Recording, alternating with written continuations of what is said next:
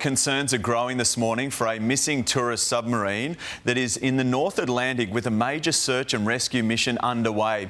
The Titan submersible disappeared on Sunday during a dive to the wreck of the Titanic almost 4 kilometres below sea level. There are 5 people on board, which is designed to take paying tourists down to view the iconic wreck. The crew have around 36 hours of oxygen left. Joining me now is Colin Taylor, who visited the Titanic in the exact same submarine just last year. Good morning to you, Colin. Well, you've done this trip. You know exactly what it's all about. Just describe to us what it's like on board. What's the situation for those on board? Good morning. It's actually evening here in St. John's, but good morning to you.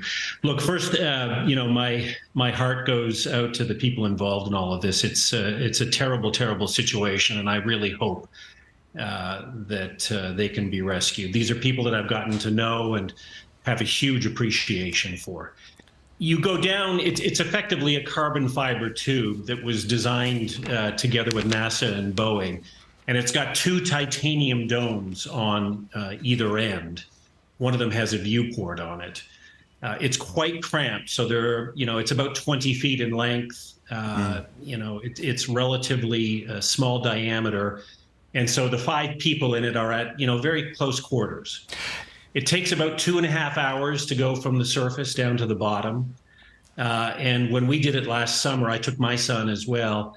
When we did it last time, we got very fortunate. And when we hit the bottom, we flipped on our sonar. It has visibility of about 50 to 100 meters. And there was the Titanic, the bow of the Titanic, 50 meters away from us. So we inched up to it, and with our lights on, just coming out of the gloom of the ocean, out of the bottom of the ocean was the bow of the Titanic. And it was just incredible to see it. It was mind blowing. Colin, so we spent about 4 or 5 hours at the bottom touring the bow section of the Titanic. It's broken in 2 pieces. And then, of course, it takes about 2.5 hours to get back up after that. Colin, were you taken through the risks of what could happen? And what do you think happened to this one? Where do you think it is? Of course, you're taken through the risks, and there's lots of forms that you have to sign when you go on this. That said, I did a lot of diligence up front. A friend of mine is a nuclear engineer on one of the U.S. Navy subs. He knew them, spoke highly of them. We spent a lot of time with the owner, Stockton Rush, getting to know him and the team. And I'll tell you, during the week that we were there on the ship preparing for the dive, there is daily safety instruction, daily technical and engineering instruction. There are risk assessments done every single day, obviously prior to the dive itself, very detailed.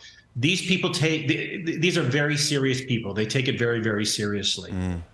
Colin, I'm not sure what happened to it. I initially had hoped that they had managed to surface. So even without power, there are ways to release weights and allow the submersible to surface. So I was hopeful that would happen.